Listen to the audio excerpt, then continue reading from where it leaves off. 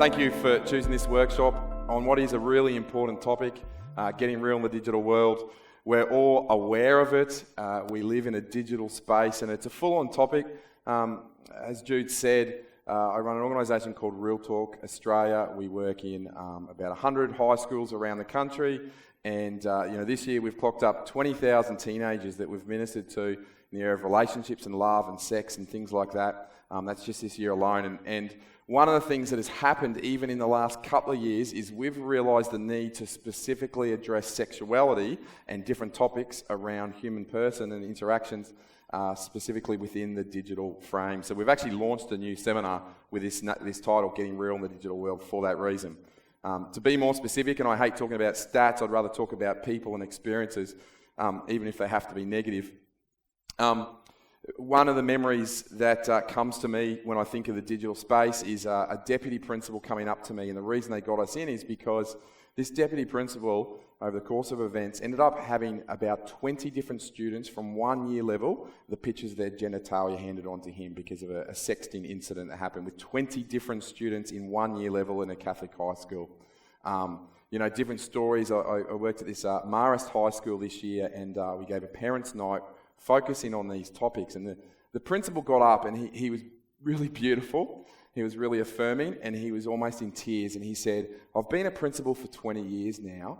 And he said, "This issue, we need to do something." He said, and he was really vulnerable with the parents, which principals often aren't, about some of the things that go on. But he actually said, we deal with an issue to do with sexuality crossing over into the digital sphere every fortnight.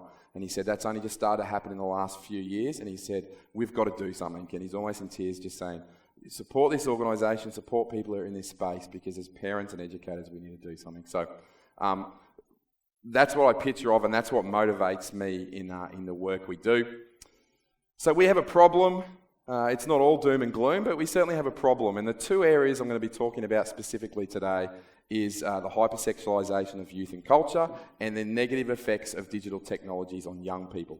Not just in the sexual realm, but even broader. And dare I say, this crosses over into marriages and parenting and all sorts of things. So I hope you come away from this seminar changed. I believe I'll become more changed delivering it again. And every time I think about this topic, I feel like I've had a kick up the bum and a motivation to act differently. So I'm hopefully going to stir you. In case you haven't been reading the news, in the last 6 months, there seems to have been an onslaught of incidents of sexually related digital things around Australia. 70 high schools involved in a porn/sexting ring, children raping other children. That's happened in a couple of different places around the country. So this stuff has been everywhere. This is the context of what we're speaking into. The solution, I'm going to keep it really simple. In fact, I Googled one day, how do you find a solution? And it gave me 3 things which I thought were really great characteristics of coming to a solution or bringing about a solution. Firstly, we need to understand the problem. All right. Secondly, we need to create a plan. And thirdly, we need to keep motivated. So I'm going to work through that lens. So today I'm going to be trying to tick those boxes, okay? Help us all understand the problem, help us create a plan, and help us keep motivated on this topic. Cool? Why is this a problem? Amoris Laetitia, Pope Francis says, the tensions created by an overly individualistic culture caught up with possessions and pleasures. If this freedom of choice he's talking about lacks noble goals or personal discipline, it degenerates into an inability to give oneself generously to others. So why is it a problem? To put it really simply, it's an Imago Dei problem. Okay, so the Imago Dei, one church document puts it this way: the Imago Dei consists in man's fundamental orientation to God, which is the basis of human dignity and of the inalienable rights of the human person. It involves being in communion with God and with others and being good stewards. Okay, so Imago Dei, being created in the image and likeness of God. Put simply, and when I'm talking to young people, I put it this way: if we understand that we're created in the image and likeness of God, things change. If we understand someone else is created in the image and likeness of God, then how we behave or act on them changes. And in acting on them differently, we also change as a person. And then as a flow-on effect, those around, the kingdom is changed. So if we get the awesomeness and the specialness of what being created in the image and likeness of God means in ourselves and how we see others, then it affects them, it affects us, and it affects the world around us. And so the digital world encroaches on the idea of the Imago Dei. I'm going to tease that out as we go. So keep that in the back of your mind. So I'm going to talk about stats and technologies and neurology and all sorts of things, but keep as an underlying principle, this is an issue because it encroaches on treating people with love, respect, and dignity. Make sense? Great. So, a few specific topics to cover. We're going to look at sex in the digital age, the digital world, the psychology of tech habit and addiction, and we're going to look at the topic of healthy self-worth and relationships. I'm going to go through the first couple of topics pretty quickly. I want this to be a workshop, so I'm going to have a period where we actually get a chance to talk and maybe challenge ourselves and think about situations in our own lives, our own families, and the young people we have influence over. So, just waiting on this. While I'm waiting on that, we're going to talk about sex in the digital age firstly. Again, I think of stories when I think about why we do this and the stats. I'm going to go do some stats which will be quite depressing, but one particular school got us in, and again, I'm not trying to paint the worst stories. Some of these are sort of at one end of a spectrum, but at the same time, some of them are quite typical.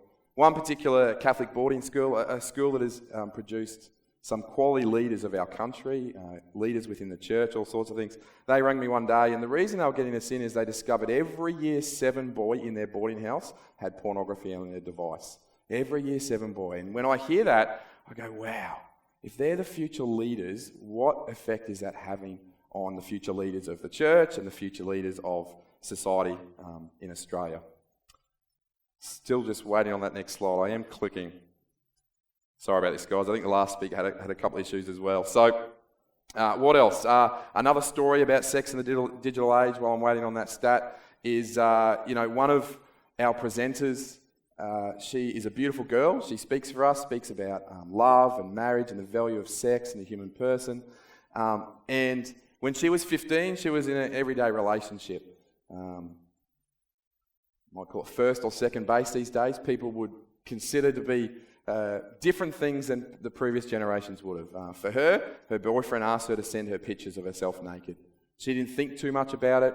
She didn't have the formation. Yeah, perhaps restart. Great, thank you. There should be some words. She didn't have a chance to think too deeply about the request, but she just thought it's what you do. She passed on these images. Anyway, grew up, received some great teaching on this topic, changed how she saw this topic, changed how she saw herself, the gift of her sexuality. She would never do that anymore, okay? She's still a single lady. She would never send images of herself because she would see that as objectification. But just last year or the year before last, she was on Facebook one day and someone sent her a message with a picture of her 15-year-old self naked. This person lived on the other side of the world. The police were called. This is a real story. You hear these stories, but the fact that this is someone I know and care about, it's cuts to my heart rather than just a statistic or a story. The police were called. They were called in. The boyfriend was interviewed. He swore he never passed on the images. They really don't know. She looked completely different to that image, but somehow, online, someone on the other side of the world was able to track her down and contact her. And she lives with the knowledge that perhaps her images are out there online somewhere. Perhaps they will resurface again later in life. She doesn't know where they are. And so these are some of the real realities that we deal with. So let's get on with it. Pornography. Firstly, very quickly, I won't dwell on this. I spoke on it yesterday. Average age of exposure is between 8 and 11. Most people are saying, most researchers are saying. The earlier the exposure, the greater the chance of addiction. Many addiction, marriage and family therapists, psychologists would reinforce that in their writings. 20% of Australian boys say they looked at porn at age 8 or younger. Michael Flood, one of Australia's leading researchers in these sorts of topics, a secular researcher, he found that in the mid-teen years, about 1 in 5 people, teenagers, look at porn at least once a month. Just to give us a grounding on what we're about to talk about. Violence against women, in one particular piece of research that looked at the 50 most popular porn videos, found that violence against women was in 88%. Porn use increases a person's risk of accepting rape ideologies, developing deviant tendencies, 6 times more likely to be sexually aggressive, or to be okay with sexual aggression. And Dr. Michael Flood says there's consistent and reliable evidence that exposure to porn is related to male sexual aggression against women. So this is what we're dealing with. Let's keep going with the bad news. Sexting. 49% of young adults and teenagers have sent a sexual image. This is the most recent research in Australia done at the end of last year. 67% have received a sexual image. So we're talking about something that's pretty normal within youth culture in Australia. So sexting, sending an image that is sexual or provocative or naked or promiscuous, more than just a clothed person. The digital world and youth. So there are large amounts of smartphone use in children.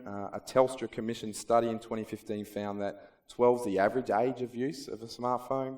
10-year-olds spend on average 15 hours on their phones, and 17-year-olds spend on average 26.3 hours a week on their phones. Now that's not including tablet or laptop use.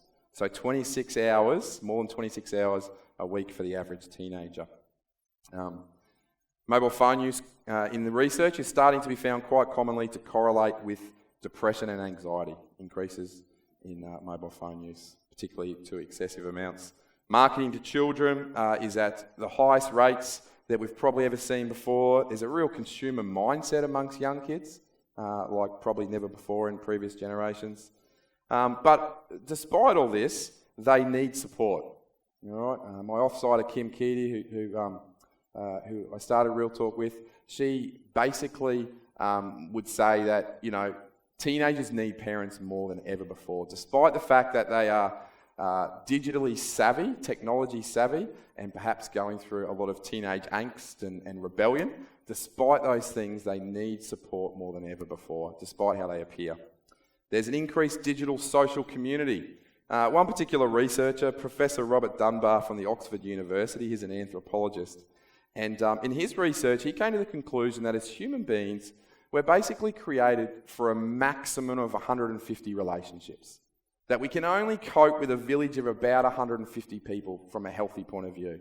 He talks about the layers of an onion, okay? He talks about, 5 closest contacts, and then the next layer, another 10, then the next layer, another 35, then the next layer, another 100. And I thought it was really interesting. What I found was interesting as I read the research is I compared it to the way Jesus operated. And 3 or 4 close mates, another 12, hear about 72 and different things. So, and the reason why I'm raising this is let's think about the digital community. Let's think about having 800 friends or 1,000 relationships online that you're trying to maintain. It's just not a human possibility. It's not. If you're trying to do that, you're trying to spread yourself too thin, and it's got to do something to the quality of relationships you have. And yet, many teenagers, this is the life they're living in, trying to integrate their real earthly relationships with their digital relationships, which are very much real relationships as well. Peer pressure and self-worth issues are heightened. Really, what we're seeing at the moment is that social media is peer pressure and self-worth issues on steroids. Okay? Think about it for a second. Think about your experience of peer pressure at school or what have you. I'll come back to that in a second. There was a study done by UCLA branch of the Children's Digital Media Center in Los Angeles. And the lead author, Lauren Sherman, said this: when teens saw their own photos with a large number of likes, what they did, I should say, is they basically analysed young people's reactions to digital media, special social media, and also did functional MRI scans, so to see what was going on in the brain whilst they were engaging. When the teens saw their own photos with a large number of likes, we saw activity across a wide variety of regions in the brain. Probably not surprising. But the conclusion was that teens get a massive high and increased brain activity if they're involved in social media. Okay, so their brains are wired in a way to get a pleasure kick, to develop habits, and I'll get onto that in a moment. But basically, they're highly engaged. And if you're here for the last presenter, you would have seen that with a child on the phone and what happens with digital technologies. Second conclusion was that peer pressure is heightened on social media. Peer pressure is heightened on social media. They showed the exact same photo with a lot of likes to half the teens, and then to the other half, they showed a photo with just a few likes. What they saw is that the photo with more likes, the teenagers were more significantly to like it. Okay, like it themselves. Teenagers react differently to information when they believe it has been endorsed by many or perhaps a few of their peers, even if their peers are stranger. They expect that these results in real world, when those people who are liking it are peers they actually know, it would actually be heightened. Okay, so peer pressure we're talking about. In the study, this was a group of virtual strangers to them, and yet they were still responding to peer influence. Their willingness to conform manifested itself both at the brain level, neurologically, and in what they chose to like. Now, peer pressure has long existed. This is not a new phenomenon, okay? Again, bringing this back to the human person, how we're created to relate, what brings us fulfillment as human beings. Peer pressure has existed, but this is the first time in history that a teenager has regular, instantaneous, pseudo-objective measurements of their popularity. Let me say that again. It's the first time in history that someone can go and instantaneously, regularly, throughout their day, get a measure of their popularity amongst their peers.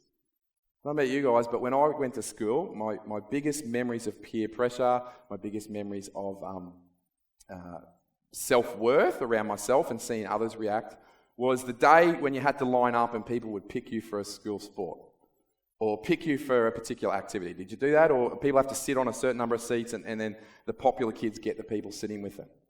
All right, this might happen every few weeks. And I still remember specific people literally having their self-worth just eroded because of these actions when I was a teenager. All right? Happening once a month. And now the average teenager might have this happen 15 times a day, that they go on and they get judged on whether they're liked, whether they're popular, how many people want to engage with them. People with me? For me, I feel like that's a significant point, like it's huge. It's easy to get wrapped up in the culture of likes and try and do the things in pictures that get more attention. In fact, if you're sitting there thinking critically about your own behaviour, I'm sure you can identify with this. I do. I get wrapped up on it. I go on to look, how many people have liked that photo? Wasn't I witty in that comment I posted? Do you know what I mean? Sometimes it can make you think that your value is based on how popular you are. And this is the battle with young people that we work to address.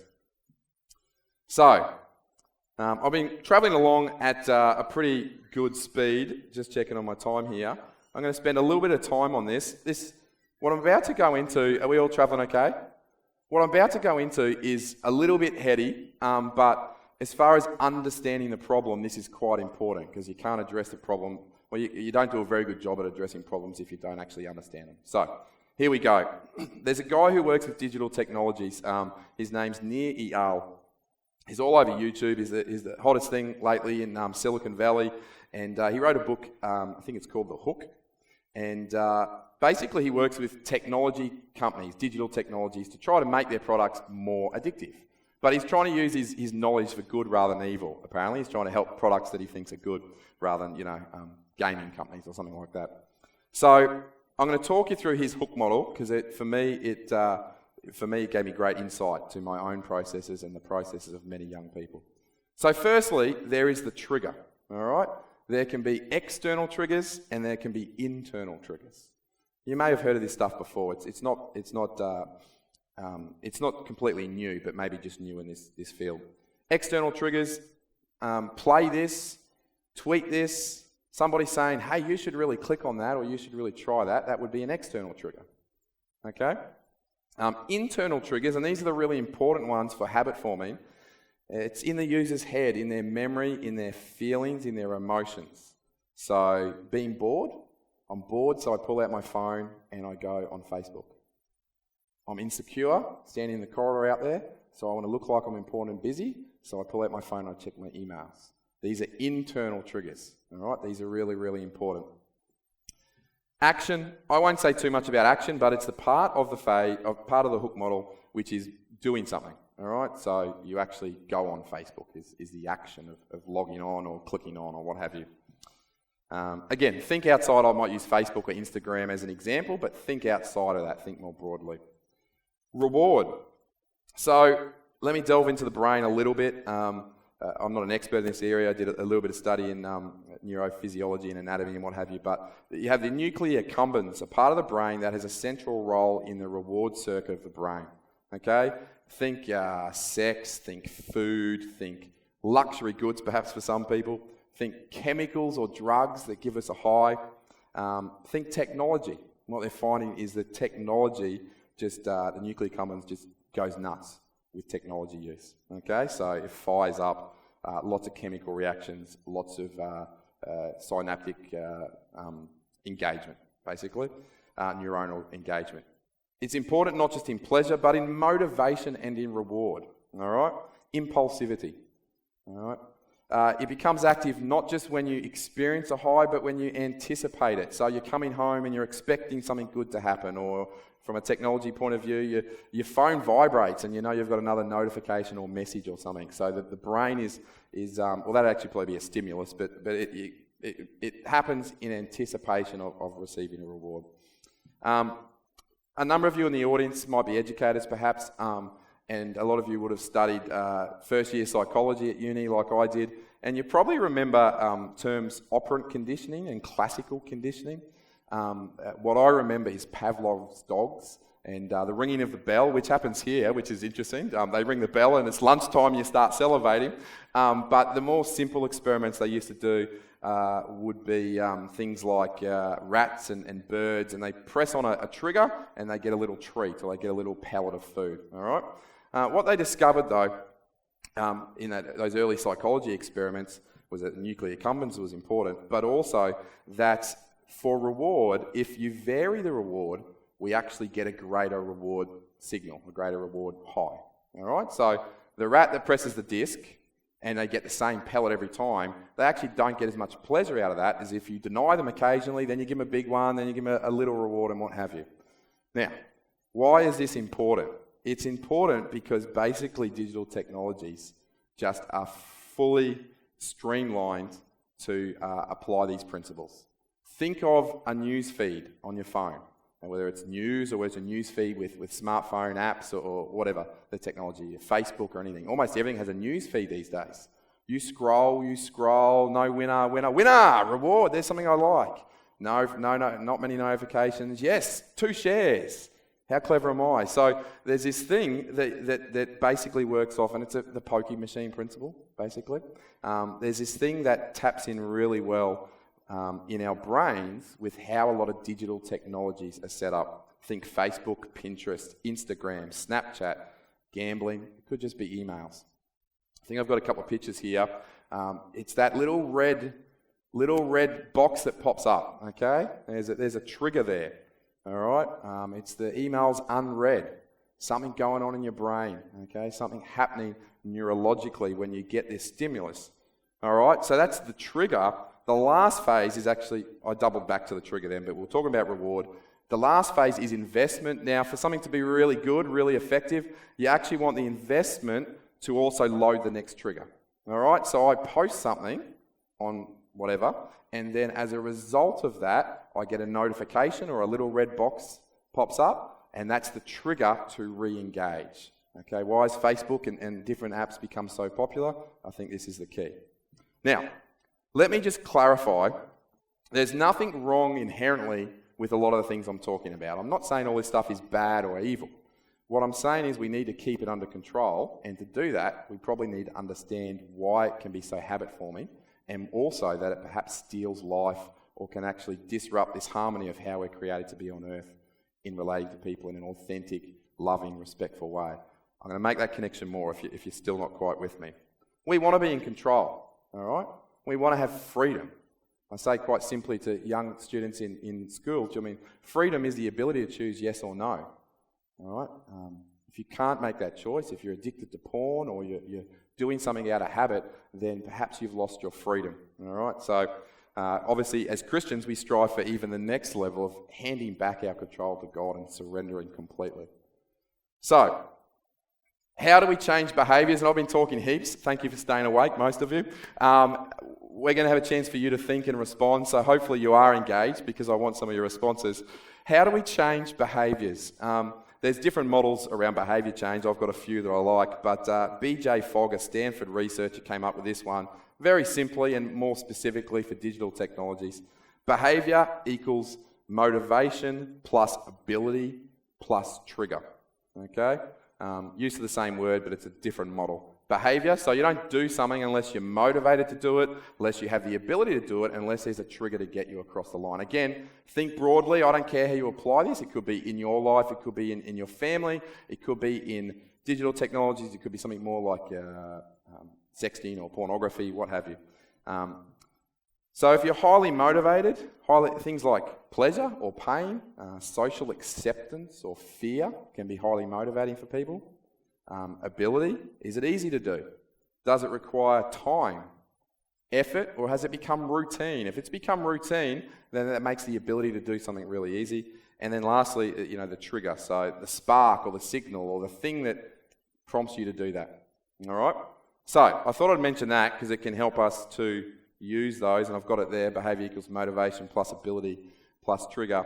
It can help us in our thinking as I throw to the audience. So I want you to think now. I want your comments, your thoughts, your discussion, but I particularly want you to think about the ways that you've seen digital technologies or how digital technologies perhaps cross into the sexual sphere, how you see that affect relationships. We're at a marriage conference, possibly marriages, families, young people. It doesn't have to be, it can be really simple. You might frame it like, you might have the answer. So you might go, something I've done to remove the trigger in my life is this, or something I've seen done that changes the ability is this. But I just want to get you thinking. Can I give you one example to get the ball rolling? As I started to delve into this, I realised I had a problem. It was a problem that was hurting my marriage, all right? So I did two things. I'm going to write a blog one day, 2 tools to save a marriage. The tools for me were a headlamp, a torch, and a clock radio. All right. The reason why those are the tools is I realised, and I've written this down so I quote it correctly, I had this moment where I found myself thinking the same thing over and over. It says in Proverbs 26:11, as a dog returns to his vomit, so a fool repeats his folly. And I remember lying in bed one day thinking about that. Why? Because I was on my phone in the morning and I can hear my wife struggling with our 3 kids outside. And I'd had that thought 10 times before, probably in that last month, I should really go help my wife. I should really pull myself out of bed. And I wasn't doing anything bad, okay? I was reading newspaper. In the old days, I might have been flicking open the newspaper that was thrown and delivered to the front door. But on this particular day, I am on my phone reading news. And I'm like, I need to change something. I need to make I've got the motivation, I need to change the ability, I need to change the trigger to go to my phone. And you know what the trigger is? It's the alarm going, and then I answer it, and then I've got these notifications, and then it's the news time, and I need to relax, and blah, blah, blah. All the excuses in the world. So, headlamp, I also used to take my phone in the room, so if my wife's asleep, I'm not waking her. I'm not putting the light on, I'm using my phone for a light. So I literally go to bed sometimes with a headlamp on. It's quite embarrassing, my wife always laughs at me, but I read a book with a headlamp on, and I've dusted off my old clock radio, and I use that for an alarm, so I don't have to take my phone into the room. Honestly, for me, a bedroom is a place of rest, a place of intimacy, emotional intimacy, physical intimacy. They're the things I was losing out on, and they're the truly human things. They're the things that we want. They're the things that we're created for, and this device was robbing me of that. So there's my personal story. I'm going to throw to you now. So the example for the recording was a group of people at dinner just pulling out their phone, and even a group of clergy doing the same thing. And can I ask, there's a few, let's go, what could you do to break that? What's something we could do to stop that phenomenon? And you could set that example, do you know what I mean? But also we could challenge other people perhaps. Many of you may have heard it's a bit of a thing some people do, is like a phone stack in the middle of the table. Have you heard of that? People say, okay, let's all put our phones in the middle. Some people have a punishment attached to the fact that if you touch your phone, you have to pay for the bill or something like that, do you know what I mean? But a phone stack to go, hey, let's re-engage with real people here. Pope Francis refers to taking refuge in gadgets. This is in AL 225, taking refuge in gadgets when the novelty of marriage has worn off. To me, it was interesting. When I saw that word gadgets, I thought, wow, that's interesting that that's mentioned in this document. So there you go. Yeah. The comment was gadgets can just interrupt. We used to have social etiquette. You don't interrupt someone and let gadgets are given the privilege. If a phone rings and someone's serving you in the shops, the person just takes it. I think the opposite. I've found myself lots lately noticing that when I'm engaging with the checkout person, I'm on my phone. Do you know what I mean? And again, I go, what's that saying about the dignity of that person? And, what if that person needs someone to engage and say, how are you today? Do you know what I mean? I love your hair. They need an affirmation or something. That's a moment that I'm missing that the kingdom might require me. Jesus might want me to be a person that speaks love into that person's life. And sorry, I'm getting a bit self-critical here, but you know what I mean? That's an example that I've noticed in myself. Good responses. Can I ask, let's just stay with this for a minute, can I ask us to think more about the correction of habits? So there's some great examples. So can you think of something you've done, or maybe now you're thinking, this is something I could do, perhaps? So, yep. So the comment in summary was training parents to do something, having a charging spot that's not in the bedroom, for instance, and taking phones away from students from start of class to the end of class or and that they're grateful. And it's interesting. You do see that when people have that moment where they realise what they've been losing. So I'm not surprised that students are grateful, maybe a little bit, but on a deeper level I'm not, and so that's great. And again, let me just make it clear, I'm not saying technology is bad, phones or tablets or laptops at schools, but any school without some pretty strong policies need to have a good look at that, but also I think just need to consider this human person thing in their decision making about the policies they're setting up. One of the younger people that I did this seminar with, we do something different to this in schools, but in one of the talks I did, it was young adults, and I delved into some of the same content, and this young adult said, my life changed when I went to my grandparents one day, and I pulled out my phone, and my granddad said to me, don't you care enough about me? Don't you care enough about me to speak to my face? You have to spend time on that phone. And that girl's life changed that day because someone called her on it because they said, you're doing an injustice to me and this is hurting me and you don't realise that. And so I'm getting emotional because I think, how often do we need to call someone? When I say that, if my wife was here, she might. Do you know what I mean? It's good to call people, but then flip it back on yourself. Do you know what I mean? So what I try to do is actually say, before you call someone, call yourself on the same thing. Do you know what I mean? So the number of times, you might be at the back of the room here and I might pull out my phone as I'm talking to you. It might happen today. Like, habits are difficult to change. Do you know what I mean? I heard someone say the other day, growth is always uphill. Habits are downhill. All right? So it's easy to keep doing them. Growth is always uphill. It's a challenge, So any other specifics? Yes. Great. So the comment was to do with educating people and educating in the principles, which are so much more important than just the rules. Totally agree, and particularly the principles that tie in with the virtues of the human person. And you said people are so much greater than technology. People always come first. Yep, and their bedroom's a sacred place or a special place. Called to be good stewards of our time. Like, how many people have looked at the time they've wasted on technology? Or, I deal with people who look at porn and they can say, I've spent 10 hours on porn in one night. Like, what a waste of time. Do you know what I mean? So being stewards. Look, that's great. We talk in the schools, and one of the things, and that takes it to an even more basic level, but I talk about love, respect and dignity, because sometimes digital natives rather than digital integrators, these are people. So that they might say, but I am dealing with people, these are my friends. And I say, yeah, but what is it showing love, respect and dignity, and particularly if you've got someone in front of you? And again, if you can tie it in with an injustice they've felt, because most teenagers, when I say, have you ever been with someone and they've pulled out their phone when you've actually felt like connecting or talking to them and you felt hurt by that? Every hand goes up. I'm in the car and the person sitting next to me pulls out their phone, or I'm at McDonald's and the person pulls out their phone. We've felt that injustice, so when we feel it, it's a good cue of what justice is, So, great. The question was about video games, online video games, addiction, and the argument, hey, I'm hanging out with my friends. Hanging out with friends, I suppose, again, it's the real question. Are you really engaging with a person? And if they've got an avatar, a creature that they're playing on the game or what have you, I'm not sure you really are. To a small degree, but it's got nothing on real human relationships. Addiction, this is not my area of expertise, but I deal with teenagers and sexuality stuff and addiction, and so I know a little bit.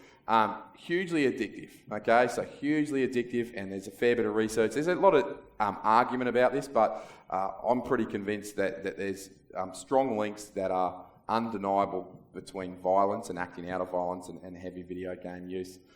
There is argument within the literature about that. But just know that the gaming organisations are trying to make it addictive. They know this. This is not just, they're not naive to this. So recently I was reading about, they tested on people using functional MRI scans, using all sorts of things, pulse rate, sweat, and they'll test a game all the way from the start of the game to the end of the game, and if there's a period during it where a person's their brain does not fire heavily enough to be habit forming, they cut that from the game and they redo it before they put it out on the market. So they are specifically targeting games to get maximum stimulation, maximum habit forming and addiction out of young people. So again, I'm not trying to say anti-video games. I'm not saying that games in themselves are bad, but just know that there is a design in them that is not necessarily for the human good, is probably my point. I don't want you to run out and tell all your kids no computer games, okay? But you know what I mean. So a couple of things quickly, because I need to wrap this up. Some triggers. Removing the triggers is a really simple thing. 2/3 of smartphone users don't change their settings on notifications. So notifications of things going on, 2/3. I don't know how people live with that. I have to turn it off almost everything because it would drive me balmy, because it would hook me, it would get me back in. I know that about myself. We need to get people taking off their notifications. Wi-Fi access. If they're using a device through Wi-Fi access, then you can actually turn off Wi-Fi. Really simple. You can actually put a timer on your AC plug so that at certain time Wi-Fi goes off for 8 hours a day. Again, really simple ones. Phones. I tell parents at parents' nights, they say, how do I stop my young person from using the phone in their bedroom? I say, well, have you considered taking it off them? Have you considered making a rule that at 10 p.m, 9 p.m, 7 p.m, all phones go on the fridge, or I stop paying for it? It's that simple. Do you know what I mean? It's not necessarily that simple, but it's, you know what I mean? It's an idea. Parents need to be parents. Parents need to be encouraged to be parents. Pull ourselves up when we reinforce values that are worldly values.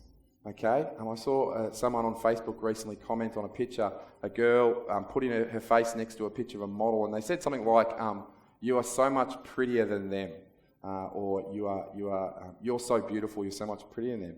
I'm like, you want to tell a person that they're beautiful, but do we really want to create a hierarchy? Like, both are created in the image and likeness of God. So let's pull ourselves up when we're saying things that reinforce worldly values rather than, great value, Christian values or virtues-based values. Have digital-free days. I haven't got time, so I won't ask you, but normally I ask an audience, when was the last time you had a completely digital-free day? Book them in. If you want to test, the litmus test for how you're going with this stuff, how do you go when you get rid of your phone for a day? How do you go when you get rid of all your apps? This year I had a 5-week holiday and I took all my social media off. You don't lose your account, you can just delete the app, you can put it back on.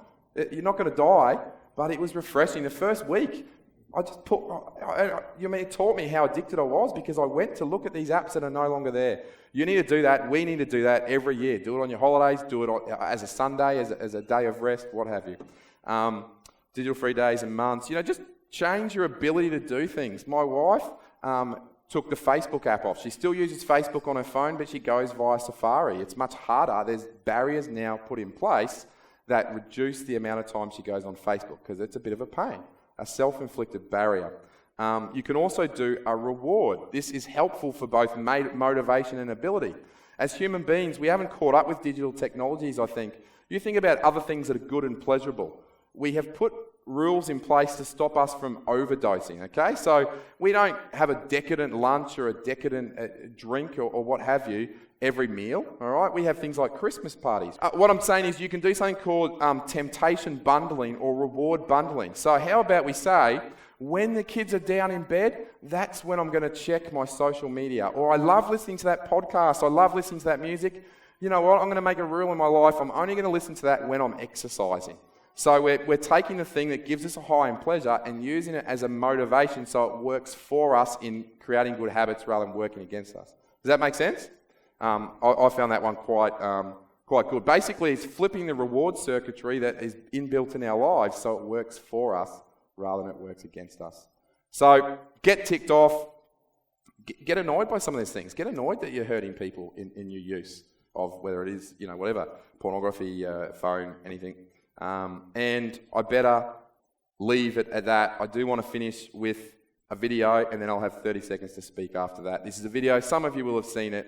I find it challenging every time I watch this video, and I hope it's challenging for you too. And then I'll sum up after we watch this video.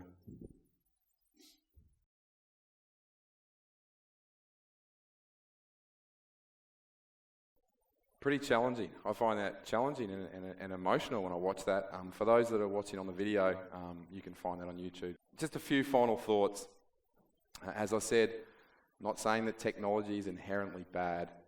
In some cases it may be, but not saying that you may not need to change anything in your life and in your existence around this topic, but I guarantee there's people in your life that you perhaps need to impart or challenge or do something with. I hope that as time goes on, we look at this question of technology and how it's affecting the human person, how it's affecting human relationships, how it's affecting our ability to love and be authentic creatures. I hope we look at it more and more, because I think there's a lot in it, from one extreme of maybe gaming and addiction to porn or whatever, just to everyday examples of missing moments of connectivity with someone. So, speaking of connection, we are created for connection. I've been to 3 births, and a baby comes out wanting connection. Wow, just screaming for connection. It's innate in us as human beings. We want it. We're created for relationship.